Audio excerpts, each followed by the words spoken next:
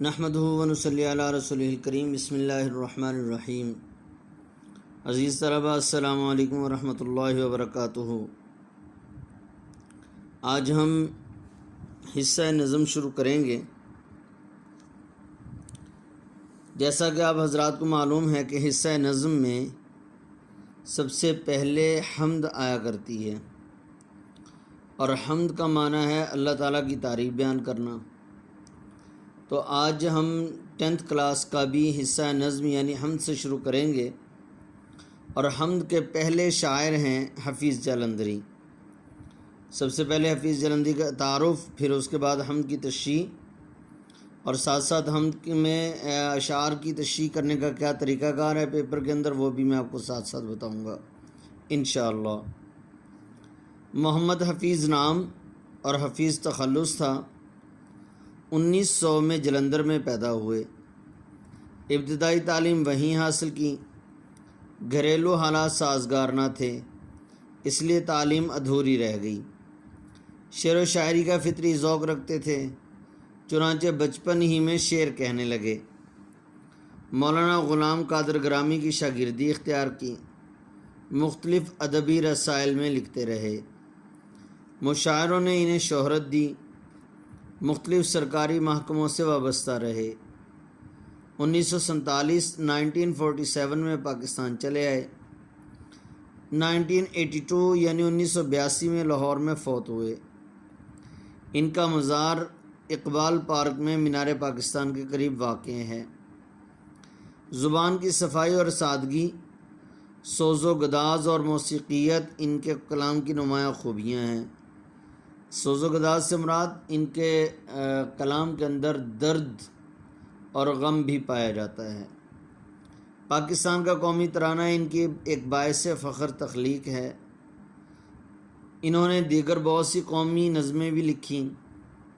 حفیظ جلندری ایک قادر الکلام شاعر تھے، یعنی کلام پر خود بذات خود یہ قدرت رکھتے تھے کلام بنانے کی۔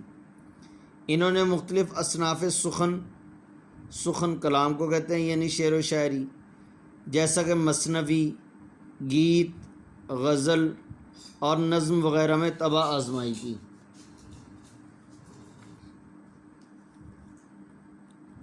مثنوی کہتے ہیں یعنی 2 مصروں والا کلام، یا ایسا کلام جس کے اندر بات کو مسلسل اشعار کی شکل میں بیان کیا جائے۔ اس کے ہر مصرے کے اندر کوئی ایسا لفظ لایا جائے جو دوسرے پہلے لفظ سے مختلف ہو، اور لیکن آواز یعنی ہم قافیہ ہو، ہم آواز ہو، اس کو مثنوی کہتے ہیں۔ اور دیکھا جائے مثنوی، ویسے بھی مثنوی 2 کو کہتے ہیں، یعنی 2 مصروں کے اندر کلام، یعنی ایک شعر کے اندر کلام کہا گیا ہو۔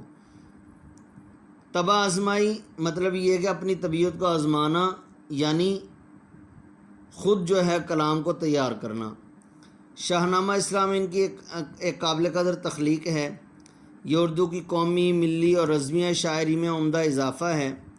رزم جنگ کو کہتے ہیں، تو جنگ کے اندر مجاہدین کو یا جنگ میں لوگوں کو جو سپہ سالار یا فوج ہوتی ہے ان کو ابھارنے کے لیے ان کا کلام جو ہے وہ بڑا کام دیتا ہے۔ ان کی چند تصانیف یہ ہیں: تلخابہ شیریں، سوز و ساز، حفیظ کے گیت، حفیظ کی نظمیں، چونٹی نامہ۔ جی اب ہم حمد شروع کریں گے۔ جیسا کہ میں نے آپ کو بتایا کہ حمد کہتے ہیں اللہ تعالیٰ کی تعریف بیان کرنے کو، اللہ تعالیٰ کی ثنا بیان کرنے کو۔ دیکھیں پہلا شعر۔ عزیز طلبہ ایک بات بتاتا چلوں کہ کسی بھی شعر کی تشریح کرتے ہوئے ہم نے سب سے پہلے شاعر کا نام لکھنا ہے، نظم کا نام لکھنا ہے، اس کے بعد مفہوم لکھنا ہے، اس کے بعد تشریح لکھنی ہے۔ آپ سوال دیکھیں گے 9th کے پیپر میں بھی اور 10th کے پیپر میں بھی اردو میں اشعار کی تشریح کرتے ہوئے الفاظ کے معنی نہیں پوچھے جاتے۔ اکثر طلباء اس میں اپنا ٹائم ضائع کر دیتے ہیں، 9th کے پیپر کے اندر تو وقت جو ہے کچھ نہ کچھ مل جاتا ہے، لیکن 10th کے پیپر میں وقت نہیں ملتا، ٹائم کم ہوتا ہے اور پیپر زیادہ لمبا ہوتا ہے، جس میں مضمون، اشعار کی تشریح، نثر پاروں کی تشریح، سبق کا خلاصہ کرنا ہوتا ہے، جس کی وجہ سے وقت بہت کم ہوتا ہے۔ طلبہ یہ چھوٹی چھوٹی چیزوں کے اندر اپنا وقت ضائع کر دیتے ہیں، پھر بعد میں دوسری بڑی چیزیں زیادہ نمبروں والی رہ جاتی ہیں۔ الفاظ آپ کو ویسے بتائے جائیں گے، آپ نے اپنی کتاب کے اوپر یا الگ سے کاپی کے اوپر لکھ لینے ہیں، لیکن پیپر کے اندر آپ نے الفاظ کے معنی نہ تو انہوں نے پوچھے ہیں، نہ آپ کر کے اپنا وقت ضائع کریں۔ الفاظ کا ذخیرہ انسان کے پاس ہونا چاہیے، اچھی بات ہے، لیکن پیپر کے اندر نہیں پوچھے۔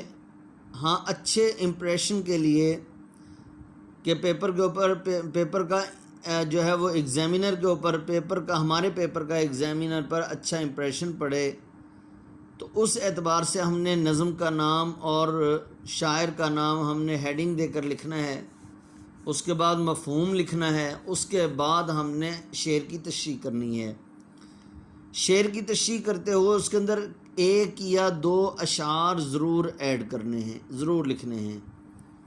وہ کس طرح سے لکھنے ہیں وہ میں آپ کو ساتھ ساتھ بتاؤں گا۔ پہلے ہم شعر پڑھتے ہیں اس کا۔ اسی نے ایک حرف کن سے پیدا کر دیا عالم، کشاکش کی صدائے ہاؤ ہو سے بھر دیا عالم۔ اسی نے ایک حرف کن کہتے ہیں ہو جا، پیدا کر دیا عالم، عالم جہان کو کہتے ہیں۔ الحمدللہ رب العالمین، تمام تعریفیں صلی اللہ کے لیے ہیں جس نے جہانوں کو پیدا کیا۔ تو عالمین عالم کی جمع ہے، عالم نہیں پڑھنا ہم نے، عالم پڑھنا ہے۔ کشاکش چہل پہل کو کہتے ہیں، صدا آواز، ہاؤ ہو شور غل، عالم جہان۔ نظم کا نام حمد، شاعر کا نام حفیظ جلندری، اور دیکھیں اس کی تشریح کا میں ذرا تھوڑا سا خاکہ پیش کر رہا ہوں آپ کے سامنے۔ نظم کا نام حمد، شاعر کا نام حفیظ جلندری۔ مفہوم اس کا یہ ہے کہ اللہ تعالیٰ نے ایک حرف کن کہہ کر اس جہان کو پیدا کیا، اور پھر مختلف مخلوقات کے شورغل کی آواز اور چہل پہل کے ذریعے سے اس جہان کو بھر دیا۔ 2 سے 3 لائنوں کے اندر مفہوم ہونا چاہیے، ہر شعر کی تشریح مفہوم اتنا ہی ہونا چاہیے، اور پھر تشریح کی ہیڈنگ دے کر صاف ستھرا لکھا جائے، ہر لفظ پڑھا جائے، تو اس کا اثر ہوتا ہے، پریزنٹیشن بنتی ہے اس سے، اور اس سے نمبر اچھے ملنے کی امید ہوتی ہے۔ تشریح میں لکھتے ہیں، اس شعر میں شاعر حفیظ جلندری اللہ تعالیٰ کی قدرت بیان کرتے ہوئے اس کی حمد و ثنا کر رہے ہیں کہ اللہ کی قدرت اور اس کی کبریائی اور بڑائی کا اندازہ آپ اس بات سے لگا سکتے ہیں کہ اللہ تعالیٰ نے اس تمام کائنات کو اور کائنات کی تمام چیزوں کو لفظ کن کہہ کر پیدا کیا، جیسا کہ سورہ یاسین کے اندر بھی ہے۔ سورہ یاسین کے آخر میں انما امرہ اذا اراد شیئا ان یقول لہ کن فیکون، کہ جب وہ کسی چیز کو پیدا کرنے کا ارادہ کرتا ہے تو وہ کہتا ہے کن، ہو جا، فیکون، پس وہ ہو جاتی ہے۔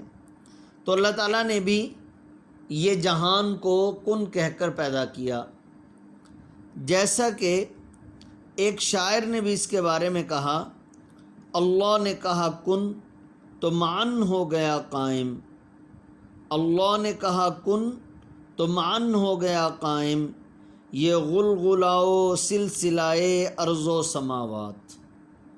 یعنی جیسے ہی اللہ نے کن کہا تو کن کہنے کے فوراً بعد یہ زمین و آسمان کے شور اور زمین و آسمان میں چہل پہل کا سلسلہ شروع ہو گیا۔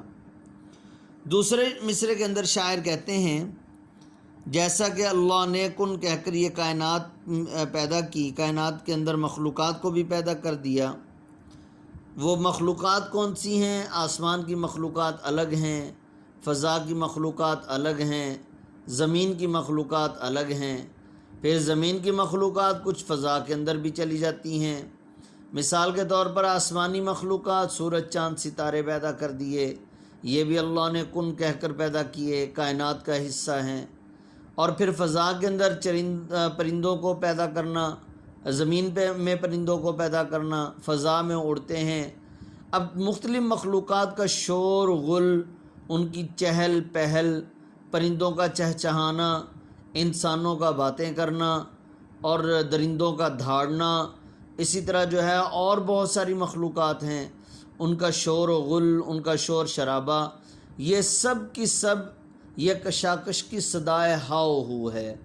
مطلب یہ ہے کہ ان کے ہاؤ ہو، ان کے چلنے پھرنے، شور کرنے، مانگنے، ان کے چہچہانے، ان کے دھاڑنے، بولنے، لڑنے جھگڑنے کی آوازیں، یہ سب مخلوق کا حصہ ہیں۔ تو اللہ نے پہلے مخلوق کو پیدا کیا، اور پھر مخلوق کو پیدا کرنے کے بعد اللہ دنیا کو پیدا کیا، جہان کو پیدا کیا، اور جہان کو پیدا کرنے کے بعد اللہ نے تمام کی تمام مخلوقات کو پیدا کر کے ان کو اس کے اندر یہ دنیا کو ان چیزوں سے سجا دیا ہے۔ یہ تمام کا تمام اللہ نے لفظ کن کے ذریعے سے کیا۔ بقیہ انشاءاللہ اگلی ویڈیو کے اندر۔